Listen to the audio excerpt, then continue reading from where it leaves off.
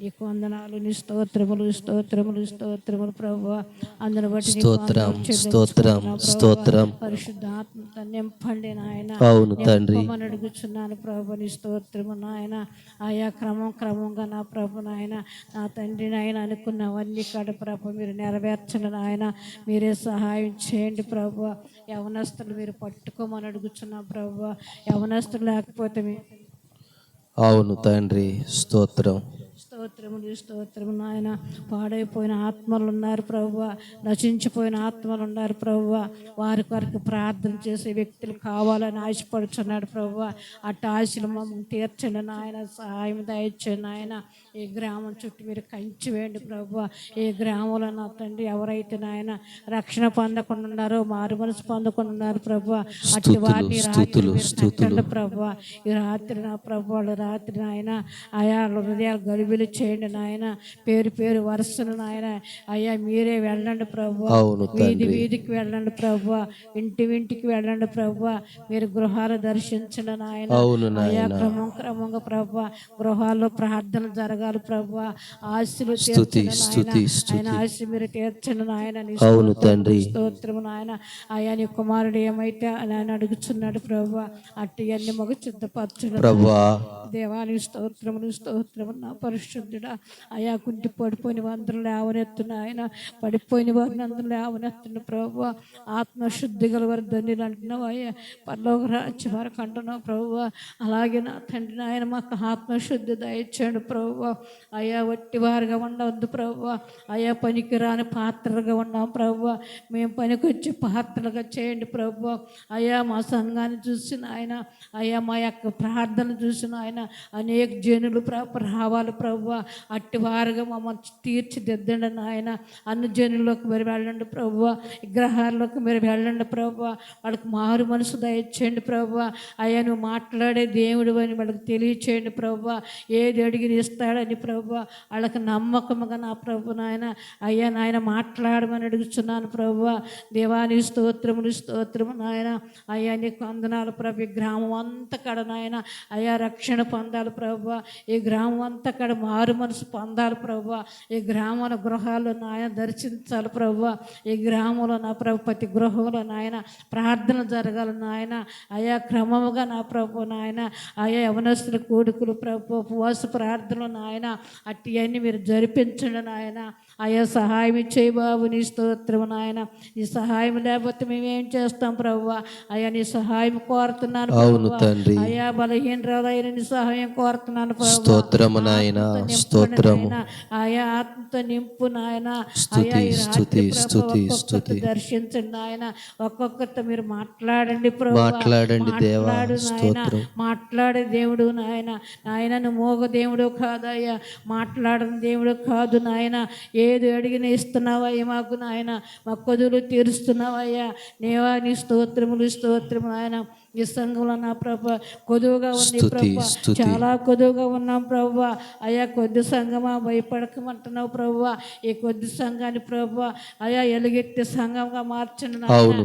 అయ్యా నిండుగా ప్రభు నేను మెండుగా నేను స్థుతించేవారిగా చేయండి ప్రభు. నాయన నువ్వు ఇచ్చిన దర్శనాన్ని బట్టి నాయన అయ్యా నెరవేరుస్తున్నావు. స్తోత్రము నా ప్రభు. ఆయన ఈ స్థలంలో ప్రార్థన జరిగినప్పుడు నువ్వు ఇచ్చిన దర్శనాన్ని బట్టి ఆయన అరటిగలు ఒక్కటే వేసారు ప్రభు. ఆ అరటిగలలో ఆయన అన్ని పిందెలన్నీ నాకు తెలియజేసేవయ్యా.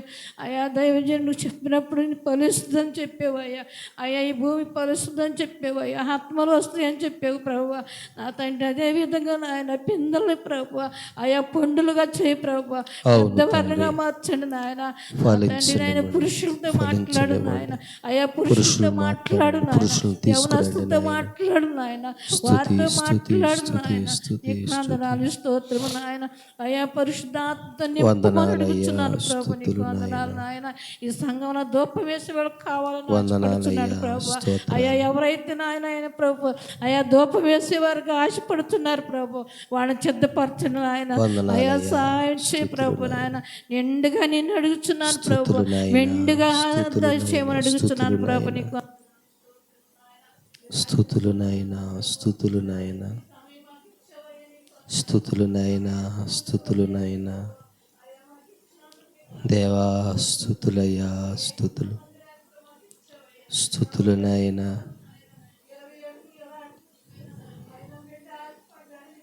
స్తుతులు నాయన. స్తుతి స్తుతి స్తుతి స్తుతి స్తుతి స్తుతి స్తుతి స్తుతి స్తుతి స్తుతి స్తుతి. అవును తండ్రి, స్తోత్రం. దేవా దేవా మీకు వందనాలయ్యా. ఓ దేవా మీకు స్తోత్రాలయ్యా. సహాయం చేయండి దేవా. స్తుతి స్తుతి. పరిశుద్ధుడా మీకు స్తోత్రం.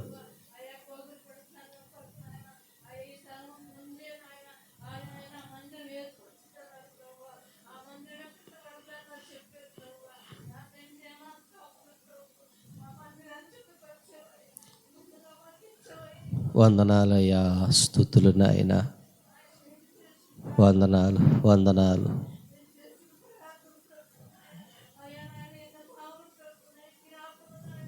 స్తుతి స్తుతి.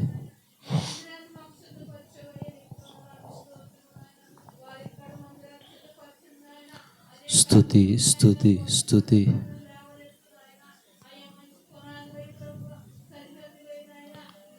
స్తుతి స్తుతి స్తుతి స్తుతి. దేవా దేవా స్తుతులయ్యా. దేవా స్తుతులు దేవా. అవునయ్యా, వందనాలు దేవా.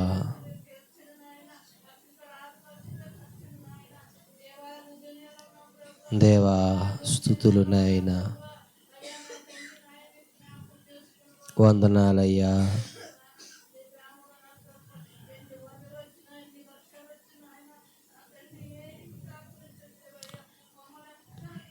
స్తుతులు నాయన.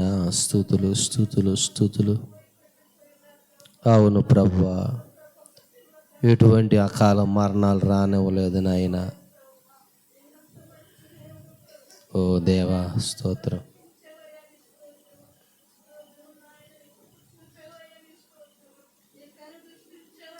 స్తుతులయ్యా. వందనాలు దేవా, వందనాలు వందనాలు నాన్న. మీకు వందనాలు వందనాలు. అవును అవును నాయన. అవును నాయన. అవును తండ్రి, స్తోత్రం. దర్శించండి బాబు, మాట్లాడండి నాయన. అవును తండ్రి. అవును తండ్రి, దయచేయండి దేవా. దూరపరచండి నాయన. అవును తండ్రి. అవును నాయన. వందనాలయ్యా.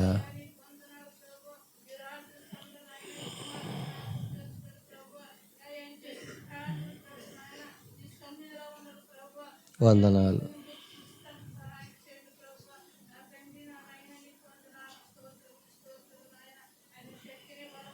అవును అవును అవును.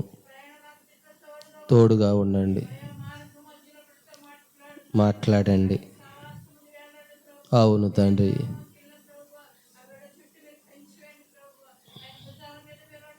ఉండండి ప్రభువా, నిలబెట్టండి.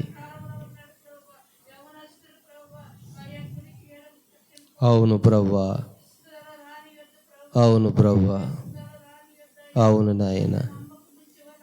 చేయండి ప్రభువా.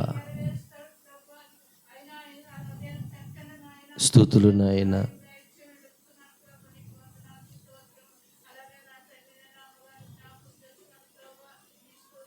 వందనాలయ్యా. స్తుతులయ్యా. అవును, బిడ్డల చదువుల్లో వారికి మంచి భవిష్యత్తు ఇవ్వండి నాయన.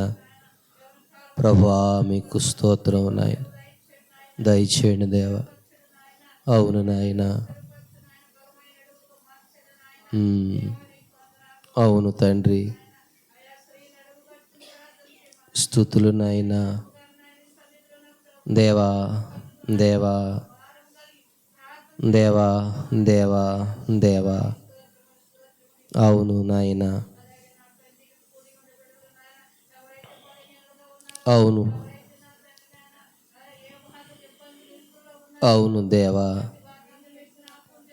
అవును దేవా, దేవా మీకు స్తోత్రం. అవును నాయన, ప్రార్థన ఆత్మనివ్వండి, దయచేయండి దేవా.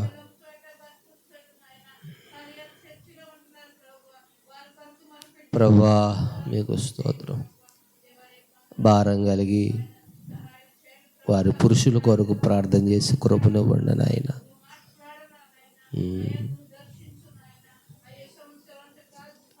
కాపాడండి.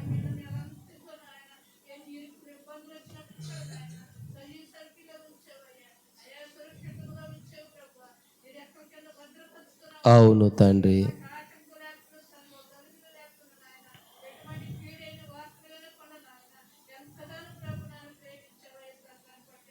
వందనాలు దేవా.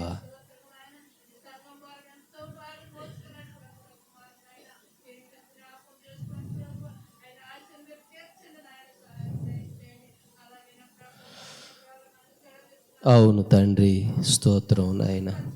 అవును ప్రభువా, మీకు వందనాలు, స్తోత్రాలు నాయన.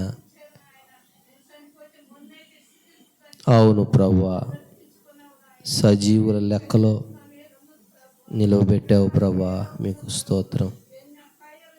ఓ దేవా స్తోత్రాలు దేవా. స్తుతులు నాయన, స్తుతులు స్తుతులు స్తుతులు. అవును దేవా, అవును దేవా, మార్చండి నాయన. అవును దేవా, శక్తిని బలాన్ని ఇవ్వండి దేవా. అవును అవును దేవా,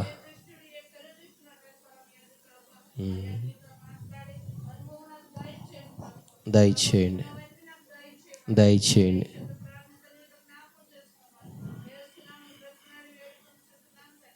ఆమేన్. మంచిది. దేవుని పేరట మరొకసారి ఈ నూతన మందిరంలో మొదటి క్రమాన్ని ప్రభు మనకు అనుగ్రహించారందుని బట్టి ప్రభువుకు కృతజ్ఞతలు చెల్లిస్తూ ఉన్నాను. ఇప్పుడు వచ్చిన మీ అందరికీ దేవుని పేరట వందనాలు. దేవుని యొక్క మహాకృప మనందరికీ తోడుగా ఉండి నడిపించును గాక. ఆమేన్. మంచిది. ఒక మాట చదువుకుందాం. 2వ కొరింథీయులకు రాసిన పత్రికలో 7వ అధ్యాయం 10వ మాట చదువుకుందాము. 2వ కొరింథీయులు. దైవ చిత్తానుసారమైన దుఃఖము రక్షణార్థమైన మారు మనస్సును కలుగుజేయును. చదువమ్మ, చదువమ్మ.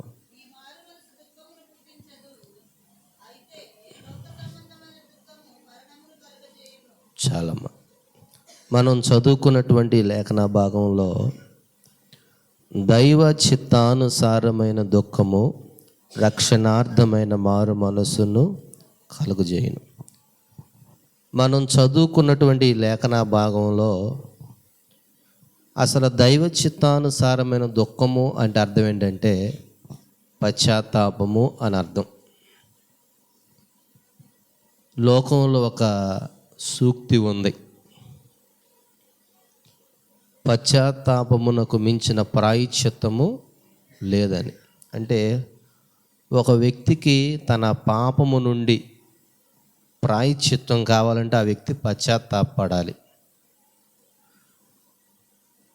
మనలో ఉన్నటువంటి పాపము పోవాలంటే దాని కొరకైనటువంటి దుఃఖం ఉండాలి. దాన్నే దైవ చిత్తానుసారమైన దుఃఖము. దైవ చిత్తానుసారమైన దుఃఖం ఏం కలుగజేస్తుంది మనలో అంటే రక్షణార్థమైనటువంటి మారు మనసును కలుగజేస్తుంది. ఇంతకీ పశ్చాత్తాపము అంటే ఏంటో ఒక 4 విషయాలు చెప్తాను. పశ్చాత్తాపము అంటే అర్థం ఏంటి చూడండి. ఒక వ్యక్తి యథార్థంగా పశ్చాత్తాపడ్డాడు అని అంటే ఆ వ్యక్తిలో కొన్ని కార్యాలు జరుగుతాయి.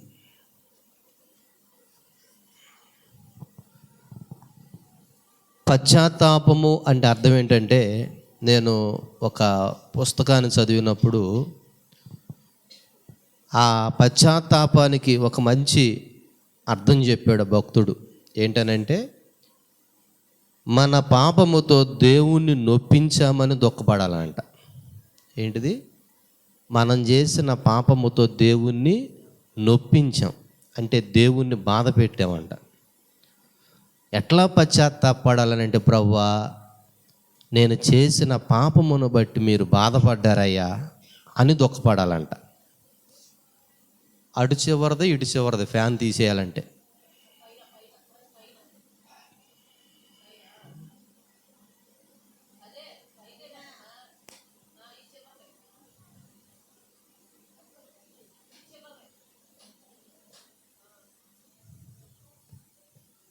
సరే, మంచిది. పశ్చాత్తాపము అంటే అర్థం ఏంటంటే, నేను చేసినటువంటి పాపముతో దేవుణ్ణి నొప్పించాను అని అర్థం. దావీదు అంటాడు 51వ కీర్తనలో చూడండి. 51వ కీర్తనలో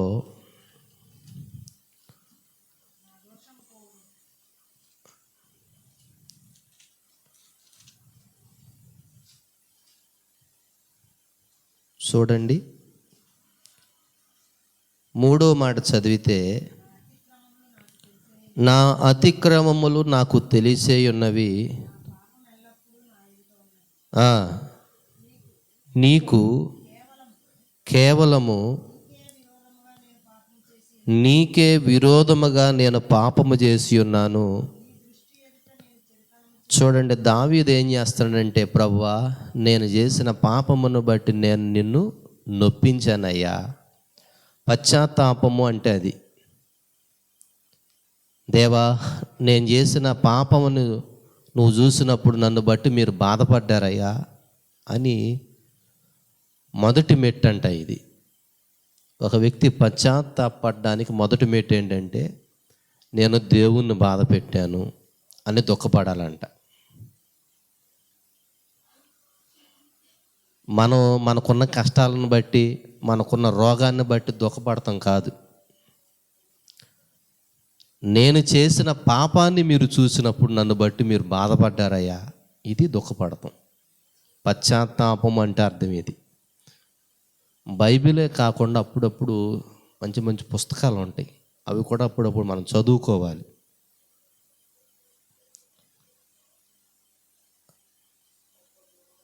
మన అబ్దుల్ కలాం గారు ఒక మంచి మాట చెప్పాడు. ఆయన చనిపోయి ఒక ఫోటో పెట్టి ఆయన కింద ఒక మంచి మాట, చినిగిపోయిన సొక్కా అయినా పర్వాలేదు కానీ ఖరీదైన పుస్తకం కొనుక్కో అన్నాడంట. ఎందుకనంటే విలువైన బట్టలు ధరించుకుంటే ఉపయోగం లేదు, విలువైనటువంటి మాటలు దొరికి పుస్తకాలు కొనుక్కోవాలంట. అవి మనలను విలువైనటువంటి వ్యక్తులనుగా చేస్తాయి. పశ్చాత్తాపం అంటే అర్థం ఏంటంటే, నేను చేసిన పాపమును బట్టి దేవా నువ్వు బాధపడ్డావయ్యా. ఈ మాటను బట్టి దావీదు అంటాడు, ఏమంటున్నాడంటే దావీదు అక్కడ, నీకు కేవలము నీకే విరోధముగా నేను నీ దృష్టి ఎదుట నేను చెడుతనము చేశానయ్యా. దావీదు ఎంత ఏడ్చాడంటే, నీ దృష్టి ఎదుట నేను పాపం చేశానయ్యా. ముందు అది ఒప్పుకుంటున్నాడు చూడండి. అంటే దావీదు ఎంత పశ్చాత్తాపడుతున్నాడంటే, నన్ను బట్టి నువ్వు ఎంతో బాధపడ్డావు ప్రభువా, ఎక్కడో గుర్రెల దొడ్డులో ఉన్న నన్ను నమ్మావు నువ్వు, కానీ నీ నమ్మకాన్ని నేను ఒమ్ము చేసేసానయ్యా, నన్ను క్షమించు అన్నాడు. అంటే నేను నిన్ను బాధ పెట్టానయ్యా, అందుకే నన్ను క్షమించని చెప్పి మొదటిగా పశ్చాత్తాపం అంటే అర్థం ఏంటంటే, నేను దేవుణ్ణి నొప్పించాను అని దుఃఖపడాలంట. అది పశ్చాత్తాపం. దేవునికి స్తోత్రం. మరి మనం వ్యతిరేకమైన మాటలు మాట్లాడుతున్నప్పుడు దేవుడు వింటున్నాడుగా. అప్పుడు నీకేమని రావాలంటే, ప్రభు నా మాటలు వింటున్నావు నాయన. అందుకే వాక్యం చెబుతుంది, యెహోవా యందు భయభక్తులు కలిగిన వారు మాట్లాడుకుంటుంటేనంట ఆయన సమీపించి ఆలకిస్తాడంట. అసలు వీళ్ళు ఏమని మాట్లాడుకుంటున్నారు అని. అక్కడ వ్యతిరేకమైన మాటలు వచ్చినాయి అనుకో, బాధపడి వెళ్ళిపోతాడు. అదే మనం ప్రార్థన గురించి, వాక్యం గురించి, అంటే సంఘం గురించి, సంఘంలో అవసరతల గురించి మాట్లాడుతుంటే మన హృదయాన్ని ఆయన మండిస్తాడు. అమ్మాయి దారిలో ఇద్దరు యవనస్తులు లోకంలో ఉన్న మాటలు చెప్పుకోవట్లా. అరే నీతిమంతుడిని చంపేశారా, ఆయన ఇన్ని మంచి పనులు చేశాడురా అని మాట్లాడుకుంటుంటే వాళ్ళ హృదయాలు మండినాయి అంట. అంటే వాళ్ళ మధ్యన దేవుడు ఉండడానికి ఇష్టపడ్డాడు. అంటే దేవుడు మనతో ఉండాలన్నా, దేవుడు మనకు దూరం అవ్వాలన్నా మనం చేసే పనులను బట్టే ఆధారపడి ఉంది. ఎప్పుడైతే దైవ చిత్తానుసారమైనటువంటి దుఃఖం మనలోనికి వచ్చిందో అప్పుడు రక్షణ కార్యం మన హృదయంలో జరుగుతూ ప్రారంభిస్తుంది. దేవునికి స్తోత్రం. ఒక బాయి, ఇదివరకు మనకు ఐసీఎం చర్చి ఎదురుగా నీళ్ల బాయి ఉండేది. అవి ఎప్పటికప్పుడే పెద్దోళ్ళు దిగి క్లీన్ చేస్తూ ఉండేవాళ్ళు. చిన్నపిల్లలు రాళ్ళు వేస్తారని, లేకపోతే చెత్త చెదారం వేసినప్పుడు ఒక నెలకో 2 నెలలకో పెద్దోళ్ళు దిగి క్లీన్ చేస్తూ ఉండేవాళ్ళు. ఎందుకని? ఆ రాళ్ళు పడిపోయి ఓట ఏమైపోద్దంటే ఆగిపోద్దని. అది ఊరందరికీ మంచి చేసే బాయి.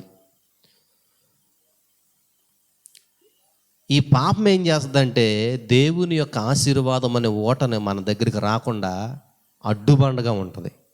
దీన్ని తీసేసుకోవాలి. అతిక్రమాలు దాచిపెడితే మనం వర్ధిల్లం, వాటిని ఒప్పుకోవాలి. దావీదు అదే చేశాడు. నీ దృష్టి ఎదుట నేను పాపము చేశానయ్యా అంటే, నేను చేసిన పాపమును బట్టి నువ్వు నొచ్చుకున్నావు తండ్రి అని చెప్పి ఏం చేస్తున్నాడు ఆయన?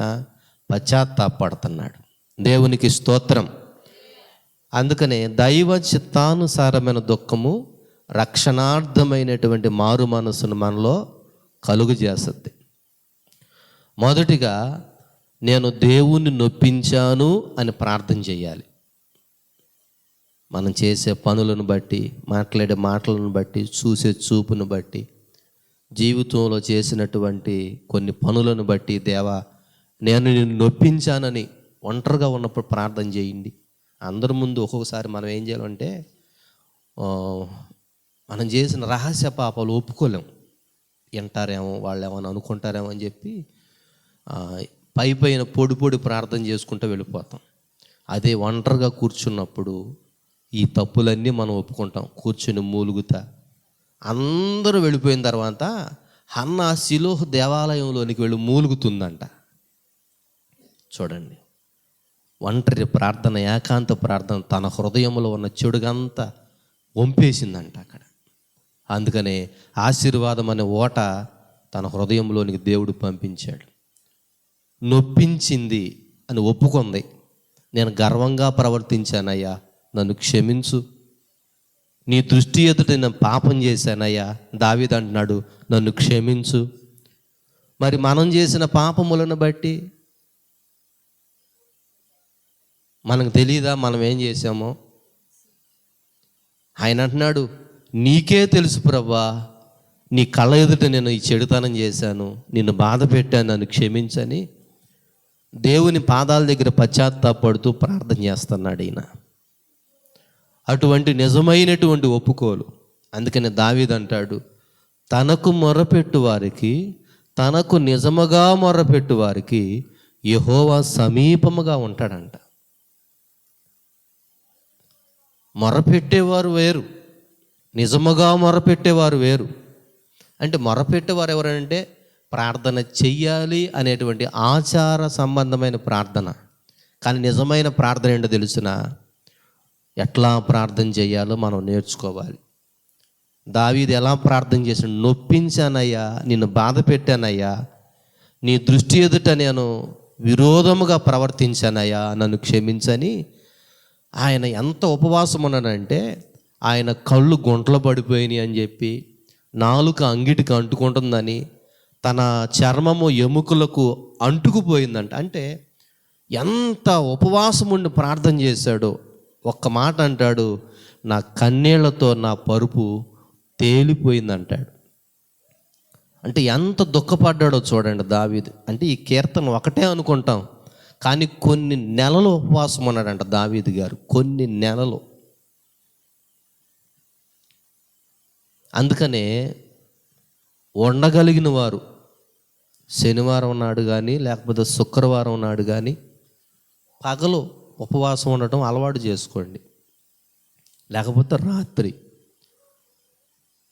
అది మనం అలవాటు చేసుకుంటే ఉపవాస ప్రార్థన ద్వారా ఎన్నో అద్భుతాలు జరుగుతాయి. ఉపవాస ప్రార్థన ద్వారా హృదయం ఏమవుద్దంటే నలగగొట్టబడద్ది, హృదయం మెత్తనవుద్ది, రాతి గుండె తీసివేయబడద్ది, మాంసపు గుండెని దేవుడు అమరుస్తాడు. దేవునికి స్తోత్రం. కాబట్టి దేవుని యొక్క వాక్యం చెబుతుంది, పశ్చాత్తాపము అంటే అర్థం ఏంటంటే మన పాపముతో దేవుణ్ణి నొప్పించాము, దేవుణ్ణి బాధ పెట్టామని. రెండవది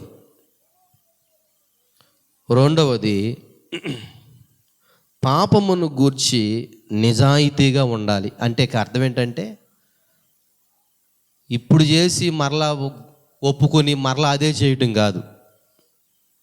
ఇంకా ఆ విషయంలో మనం ఇంకా జాగ్రత్తగా ఉండాలి. నిజాయితీగా ఉండటం అంటే అర్థం ఏంటంటే యథార్థంగా. యథార్థత అన్న మాటకు అర్థం ఏంటంటే నిజాయితీ. నిజాయితీగా ఉన్నవాడు లంచం తీసుకోడు, నిజాయితీగా ఉన్నవాడు పొరుగువాడికి కీడు చేయడు. నేను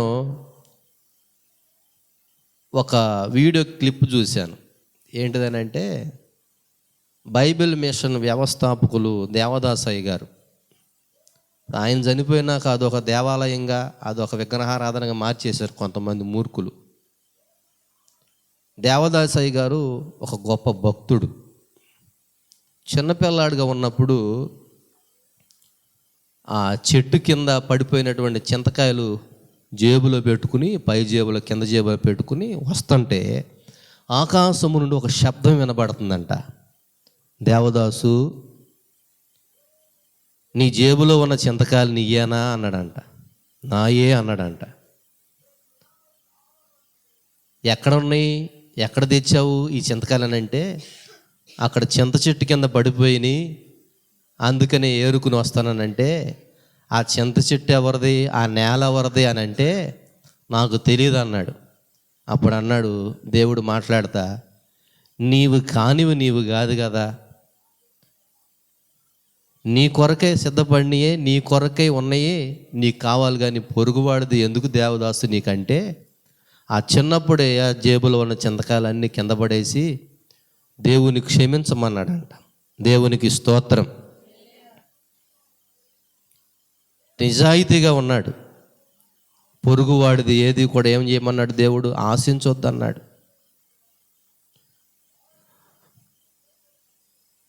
నిజాయితీగా ఉండాలంట మన జీవితంలో. 32వ కీర్తన 5వ మాట ఒకసారి చదవండి.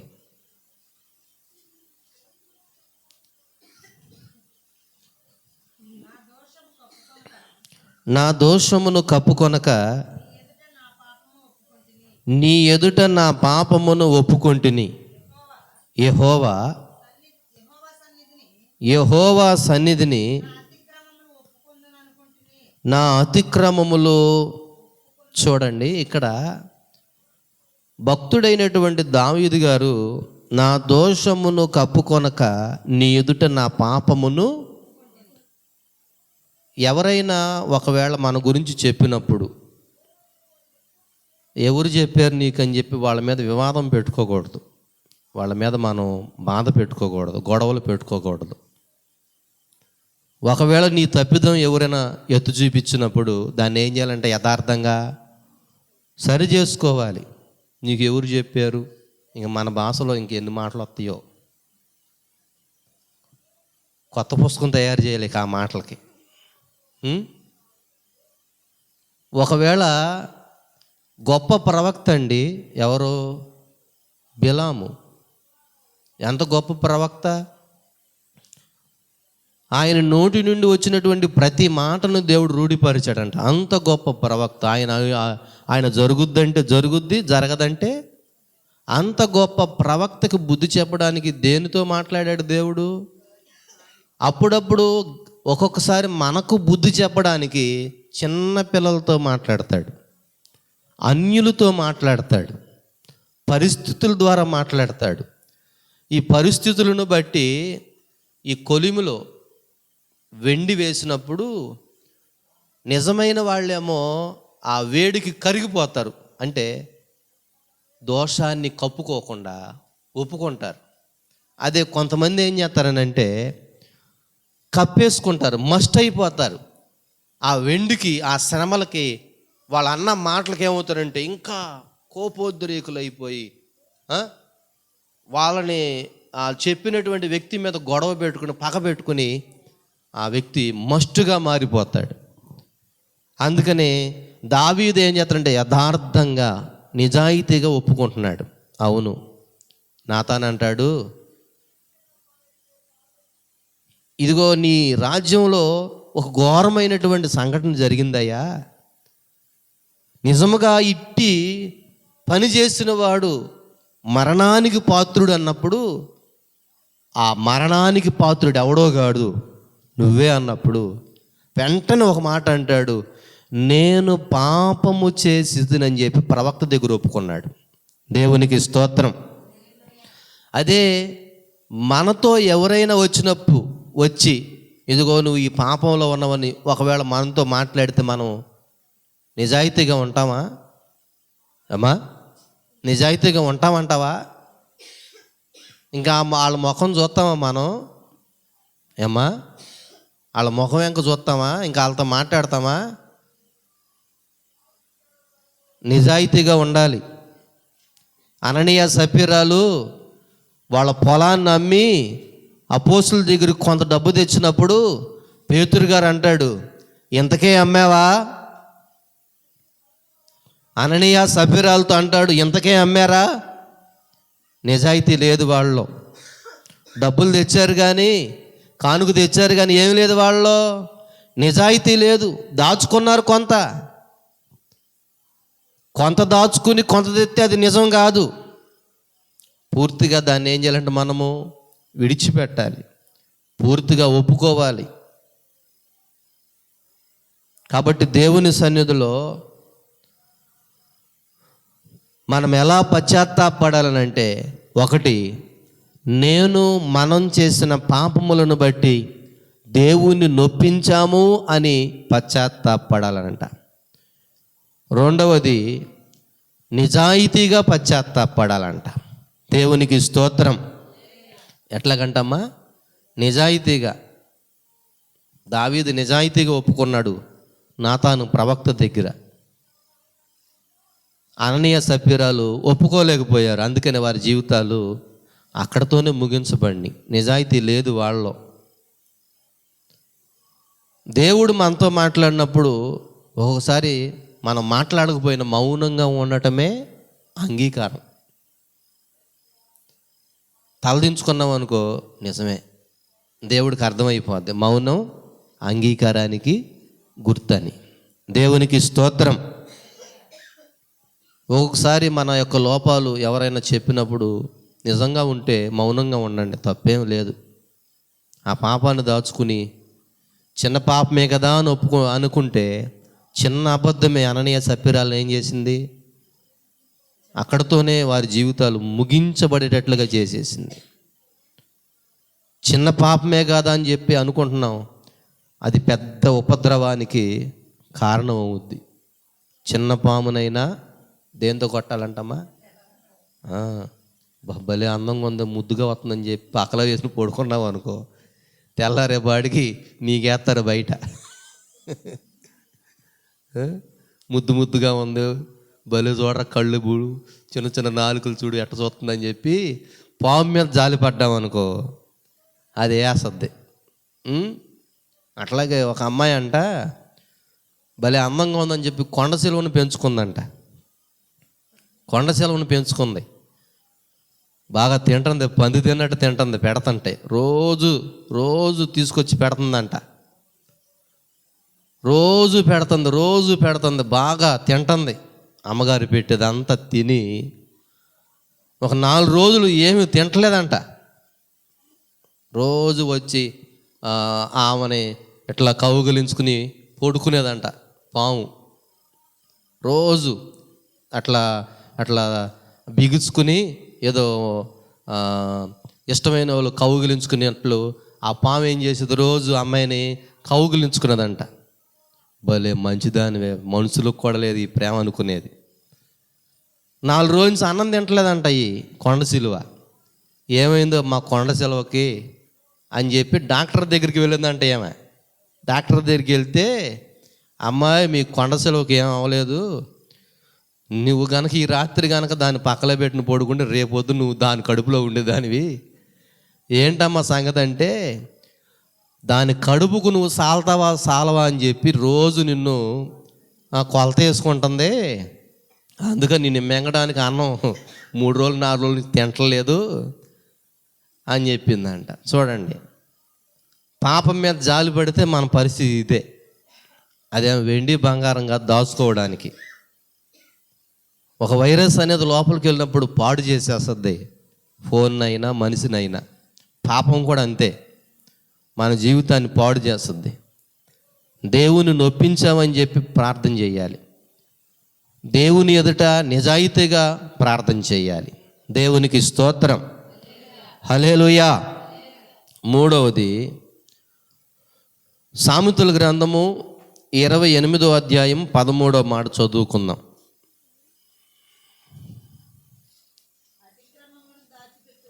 అతిక్రమములు దాచిపెట్టువాడు వర్ధిల్లడు, వాటిని ఒప్పుకొని విడిచిపెట్టినవాడు దేవునికి స్తోత్రం.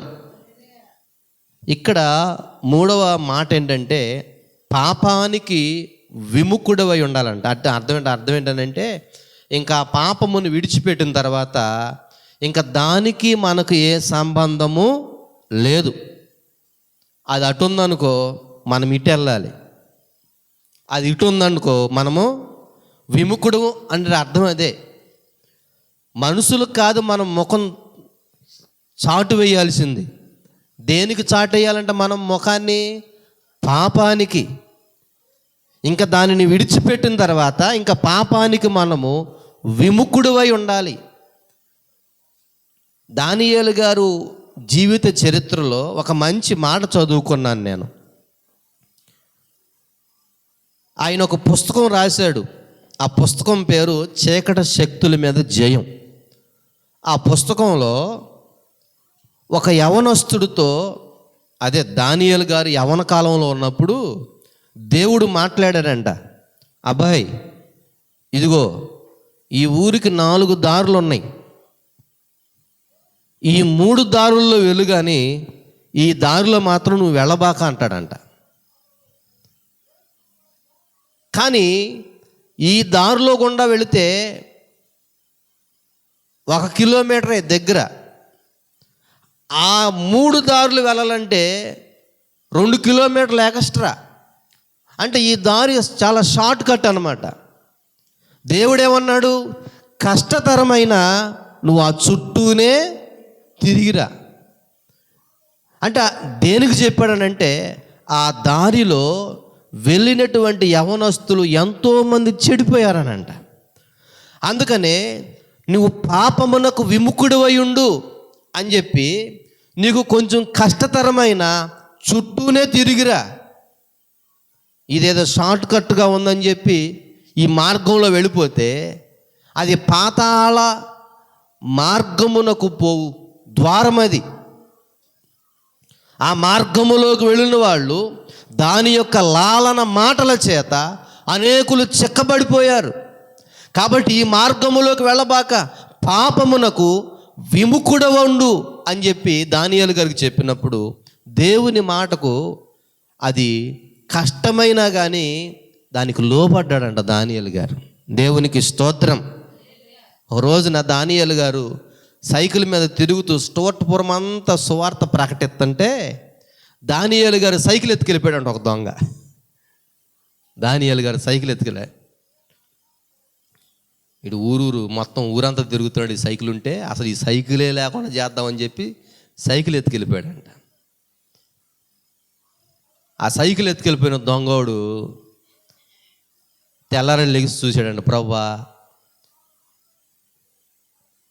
సువార్త ప్రకటించాలి, చాలా దూరం వెళ్ళాలి, ఈ రోజున పలానా ఊరు వెళ్దాం అనుకున్నాను, సైకిల్ పోయిందని బాధపడుతున్నాడు. ఈ లోపల ఆ గజ దొంగతో ప్రభు మాట్లాడాడు. స్టోటపురం అంటే దొంగలకు నిలయంగా. దొంగతో మాట్లాడాడు, రేయ్ నా సేవకుడు సైకిల్ తీసుకొస్తావా, నా సేవకుడికి బండి కొనువు అన్నాడట దేవుడు. దేవునికి స్తోత్రం, దేవునికి స్తోత్రం. చూడండి, దొంగకు మారు మనసు ఇచ్చాడు దేవుడు. దొంగలు దొరలయ్యారు. స్టోటపురం సువార్తపురం అయిపోయింది. నాకు తెలిసి మన భారతదేశంలో స్టోటపురంలో కార్చిన కన్నీరు ఎక్కడ ఉండదండి నాకు తెలిసి. అంత కన్నీరు అన్నమాట. ఎంత పశ్చాత్తాపడతారో, ఇసుకలోకి వెళ్ళి డొల్లాడతారు. ఏకాంత ప్రార్థనలోకి వెళ్ళి 4-5 గంటలు మోకాళ్ళ మీద ఉంటారు.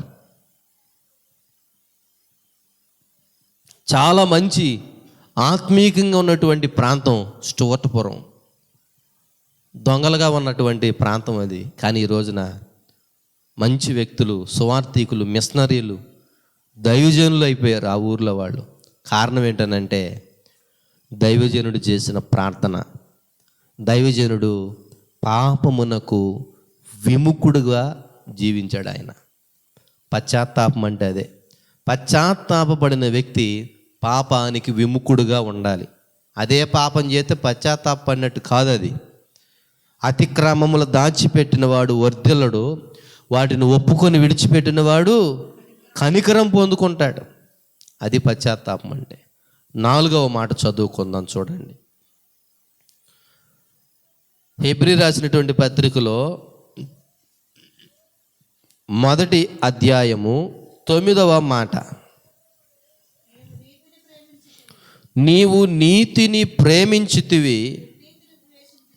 చూడండి, ఇంకా పాపం మీద ఏం కలగాలంటే, పశ్చాత్తాపడిన వ్యక్తికి పాపం అంటే అసహ్యం కలగాలి. ఏం కలగాలంటమ్మా? మనిషి కాదు, మనిషి అంటే అసహ్యం కాదు. ఏమంటే అసహ్యం ఉండాలంట? ఆయన అంటున్నాడు, నీవు నీతిని ప్రేమించి దుర్నీతిని. అంటే ఈ మాటకు అర్థం ఏంటంటే, పాపము ఒక వ్యక్తి విడిచిపెట్టిన తర్వాత పాపం విషయంలో పశ్చాత్తాపడిన వ్యక్తి పాపాన్ని ఏం చేయాలంటే ఆ వ్యక్తి ద్వేషించాలి. దేవుడు పాపాన్ని ద్వేషించాడు కానీ పాపిని ప్రేమించాడు ఆయన.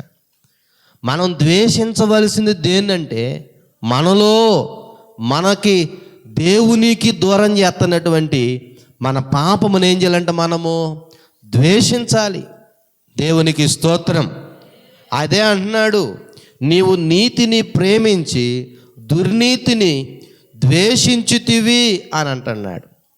అంటే పాపం విషయమే మనం ఏం చేయాలనంటే అసహ్యపడాలి. పాపం అంటే మనకు ఇంకొక లెక్క చెప్పాలంటే కక్కిన వాంతితో సమానం. అది కక్కిన వాంతి కుక్క తింటదేమో కానీ మనిషి తినడు. మనం కుక్కలమా మనుషులమా? కానీ పేతురు రాసిన పత్రికలో 2 జంతువుల గురించి రాశాడు. ఏం జంతువులు అయ్యి? ఒకటేమో కుక్క, రెండవదేమో పంది. మనం మనుషులు. మనం ఏం చేయాలంటే పాపం విషయమై దాన్ని అసహించుకోవాలనంట. మనిషిని కాదు మనం అసహించుకోవాల్సింది, మనిషిని పాడు చేస్తున్న పాపాన్ని, మనసులో ఉన్న అవిధేయతను అసహించుకోవాలి, మనసులో ఉన్నటువంటి దుర్నీతిని అసహించుకోవాలి. మనుషులను పాడు చేస్తున్న కామ, క్రోధ, మదలోభ, మత్సరాలంటే మన జీవితంలో అవంటే మనకు అసహ్యత కలగాలి. అది పశ్చాత్తాపం అంటే. పశ్చాత్తాపడిన వ్యక్తి నిజాయితీగా ఉండాలి. పశ్చాత్తాపడినటువంటి వ్యక్తి పాపానికి విముఖుడై ఉండాలి. పశ్చాత్తాపడినటువంటి వ్యక్తి పాపమును ఏం చేయాలనంట? అసహించుకోవాలి. దేవునికి స్తోత్రం. ఈ మాట చదువుకుని ముగించుకుందాం. చూడండి, లూకాసు వార్త 19వ అధ్యాయము 8వ మాట. పశ్చాత్తాపడినటువంటి వ్యక్తి జక్కయ్య నిలవబడి, ఇదిగో ప్రభువా, నా ఆస్తిలో సగము బీదలకిచ్చుచున్నాను. నేను ఎవని యొద్దనైనను అన్యాయముగా దేనినైనను తీసుకుని ఎడల అతనికి 4 అంతలు మరలా చెల్లించునని. దేవునికి స్తోత్రం. ఇంకా పశ్చాత్తాపం అంటే అర్థం ఏంటనంటే, మనం ఎవరి దగ్గర ఏదైనా దొంగతనం చేస్తే, ధర్మి దగ్గర కానీ శేషు గారి దగ్గర కానీ వంకాయలు దొండకాయలు ఆయన చూడనప్పుడు చక్కగా బొట్టలో వేసేసుకుంటే, ధర్మి దగ్గరికి వెళ్ళి ఏం చేయాలంట?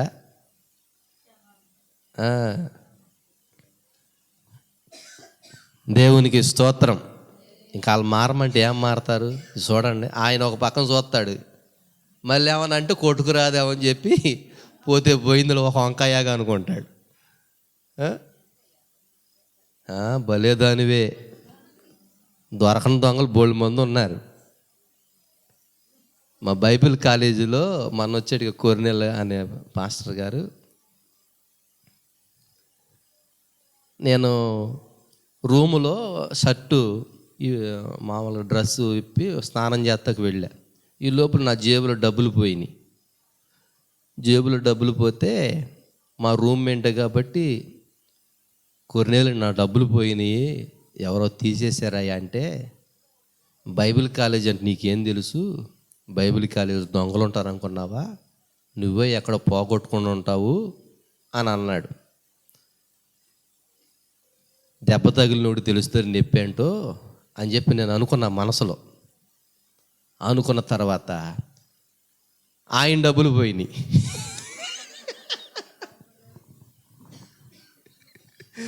ఆయన డబ్బులు పోతే, అన్నా రూబేన్ అన్నా డబ్బులు పోయినండి. ఊరుకో, బైబిల్ కాలేజ్ దొంగలు ఉంటారేంటి, నువ్వే ఎక్కడ పోగొట్టుకుని ఉంటావు అన్నా. అప్పుడు 250 అంటే బాగా ఎక్కువ. 250 పోయినాయి అన్న, సారుకు లెక్క చెప్పాలన్నా, పంచర్ లేపి సైకిల్కి పంచర్ లేపియాలని ఇచ్చాడన్న డబ్బులు అంటే, అప్పుడు తెలుసుకో యేసు ప్రభుతో పాటు దొంగోడు ఒకడున్నాడు. అట్లాగే బైబిల్ కాలేజ్ వచ్చినంత మాత్రాన మారు మనసోడు ఉన్నవాడే వస్తాడు అనుకోబాక, అమ్మా నాన్న పోరు భరించడానికి వచ్చినోడు ఉంటాడు, తిండి కోసం వచ్చేవాడు ఉంటాడు, పాస్టర్లు అంటే బాగా తిని బాగా తిరుగుతున్నారనే ఆశతో వచ్చేవాళ్ళు అంటే బోల్డ్ మంది వస్తారు నాయన బైబిల్ కాలేజీకి అని చెబితే, నిజమేనన్నా, అప్పుడు నీ డబ్బులు పోయినప్పుడు నేను ఏందో అనుకున్నాను అని అంటున్నాడు. అట్లాగే బాప్తీసం పొందిన వాళ్ళు దొంగతనాలు చేయట్లేదని మనం అనుకోకూడదని ఏమి లేదు, అనుకోవాలి. మనం కూడా దొంగలమే. దేవుని సొమ్ముని దేవునికి ఇవ్వకపోతే దొంగలమేగా. అదే ఉందిగా మలాకీలో. ఇంకొక మాట చెబుతున్నాను వినండి.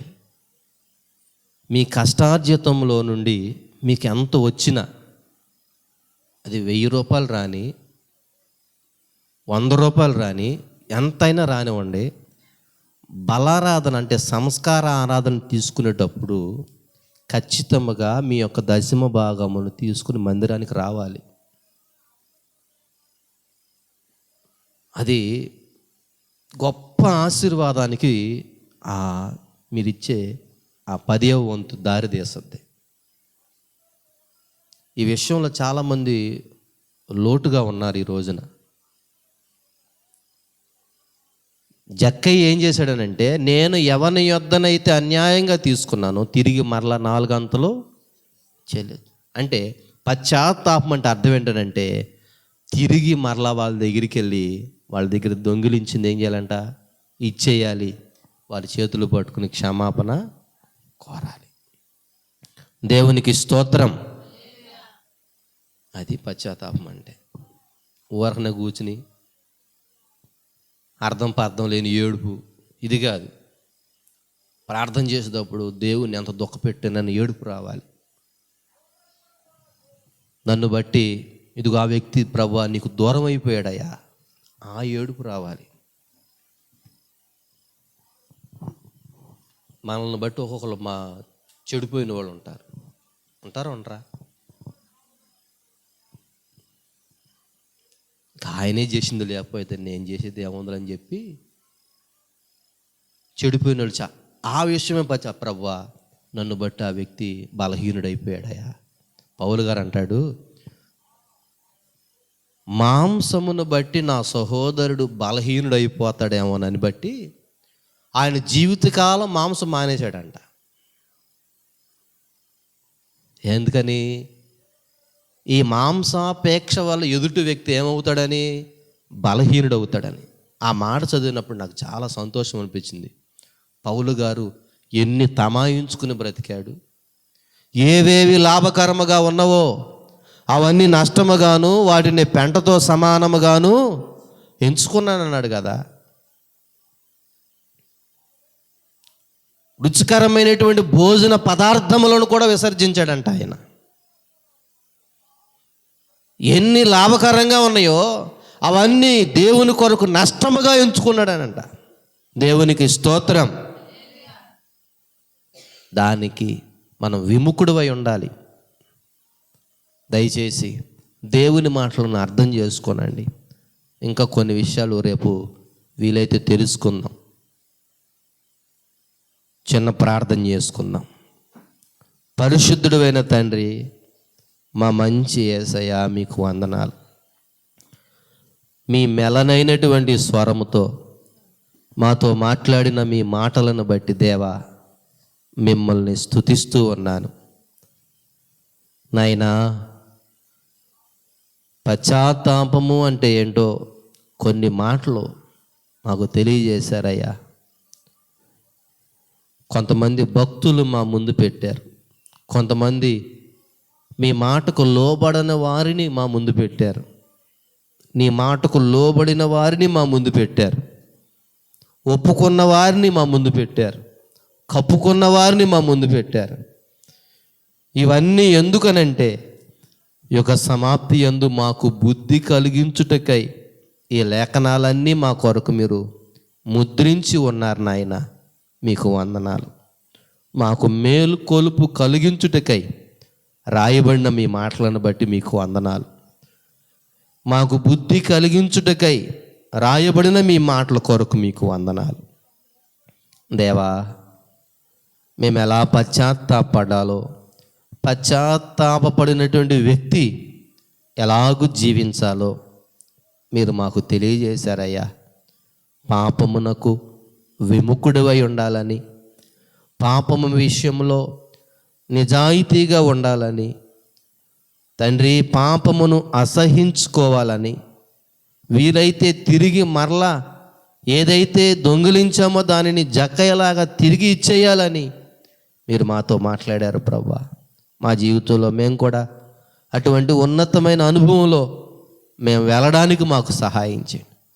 అడ్డుగా ఉన్నటువంటి ప్రతి అడ్డులు, ఆటంకాలు యేసు నామములో దూరపరచండి నాయన. నీ సన్నిధికి రాకుండా అడ్డుపడుతున్న ఓ దురాత్మ సమూహాలారా, ఆకాశ మండలంలో తిరుగుతున్నటువంటి అపవిత్ర ఆత్మలారా, యేసు నామములో మిమ్మల్ని గద్దిస్తున్నాను తండ్రి. మీకు వందనాలు ప్రభువా. మార్గములను సరళము చేయండి, నీ వెలుగును ప్రకాశింపచేయండి దేవా. మీకు వందనాలు. మీ కృప మాకు సమృద్ధిగా ఇవ్వండి బాబు. మాకు లోబడే మనసునివ్వండి అయ్యా. మాకు విధేయతను మాకు నేర్పించండి బాబు. మీకు వందనాలయ్యా. మిమ్మల్ని ఎన్నిసార్లు నేను నొప్పించానో ప్రభువా. నన్ను చూసి మీరు ఎంత బాధపడ్డారో ప్రభా, నన్ను క్షమించండి దేవా. అసహ్యమైన కార్యాలు నాయన, నా చర్యలన్నిటిని బట్టి నన్ను క్షమించండి దేవా. నేను సంతోషపెట్టేటట్టుగా నన్ను చేయండి అయ్యా. మీకు మహిమకరంగా నా బ్రతుకు మార్చండి అయ్యా. బలహీనుండు ప్రభువా, బలపరచండి దేవా. రెల్లు లాంటి పేతుర్ని కేఫాక స్థిరమైన బండగా చేసావుగా ప్రభువా, మమ్మల్ని కూడా చేయండి అయ్యా. లోతైన పశ్చాత్తాపం ఇవ్వండి అయ్యా. పశ్చాత్తాపానికి గుర్తులు చెప్పారు నాయన. పశ్చాత్తాపడినటువంటి వ్యక్తి ఎలా జీవిస్తాడో మాకు తెలియజేశారు ప్రభువా. మీకు స్తోత్రం. మీ మాటల కొరకు మిమ్మల్ని స్తుతిస్తూ ఉన్నాను. మాకు సహాయం చేయండి, బలపరచండి, కృప చూపండి, కరుణించండి, కనికరించండి. మీ నామముకే మహిమ తెచ్చుకోనండి. వచ్చిన వారిని దీవించండి. రేపు అయ్యా సంస్కార ఆరాధనలో కూడా తోడుగుండండి. 3 చోట్ల ఆరాధనలు దీవించండి. అనేక మంది వచ్చుటకు కృప చూపండి, మార్గాలు సరళం చేయండి. నీ సన్నిధి మా అందరికీ తోడుగా ఉంచమని యేసు ప్రభు దివ్యనామములో అడిగి వేడుకొని పొంది ఉన్నాను తండ్రి, ఆమేన్. తండ్రి, కుమార, పరిశుద్ధాత్మ త్రియేక దేవుని సన్నిధి మన అందరికీ, సకల పరిశుద్ధులకు, రేపటి పునరుద్ధానపు ఆరాధనకు, ఈ దిన ప్రయాణాలకు ఆయన కృప తోడుగా ఉండి నడిపించునుగాక. ఆమేన్, ఆమేన్. అందరికీ మంచిది. రేపు సంస్కార ఆరాధన ఉంది. అందరూ సమయానికి రండి. పాటలు ఒక 5-6 పాటలు పాడండి. తర్వాత ఒక్కొక్కరు ప్రార్థన చేయండి ఎక్కువ. ఇక మీదటన వారంలో ఒక 2 రోజులు నేను వస్తాను. అంటే ఒక 4-5 కలిసి వస్తే అందరూ రండి. నేను ముందు వాట్సాప్ గ్రూపులో పెడతాను, పలానా రోజు వస్తున్నాను, ఒక గంట సేపు విజ్ఞాపన అట్లాగా. ఎట్లా చేస్తూ ఉంటే ప్రార్థన అనేది మనకు అలవాటు అవుద్ది. కాబట్టి ఆల్ నైట్ ప్రేయర్లు జరగాలి, సంఘ క్రమాలన్నీ దేవునికి మహిమకరంగా జరగాలి. మీరు అందరు కలిసి ప్రార్థన చేయండి. అందరికీ వందనాలు.